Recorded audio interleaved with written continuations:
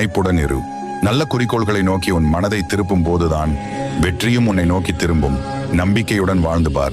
நீ எதிர்பார்க்கும் நன்மைகள் விரைந்து வந்து உன்னை சேரும். உண்மை எப்போதும் கற்பனையை விட அதிசயமாகவே இருக்கும்.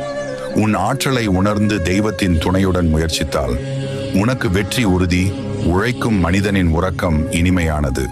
அதுபோல் பக்தியுள்ள மனிதனின் வாழ்க்கை அதிசயம் நிறைந்த சந்தோஷமான வாழ்க்கையாக மாறும். தன்னலமில்லாமல் உழைப்பவன் வாழ்க்கையில் உயர்ந்து கொண்டே இருப்பான்.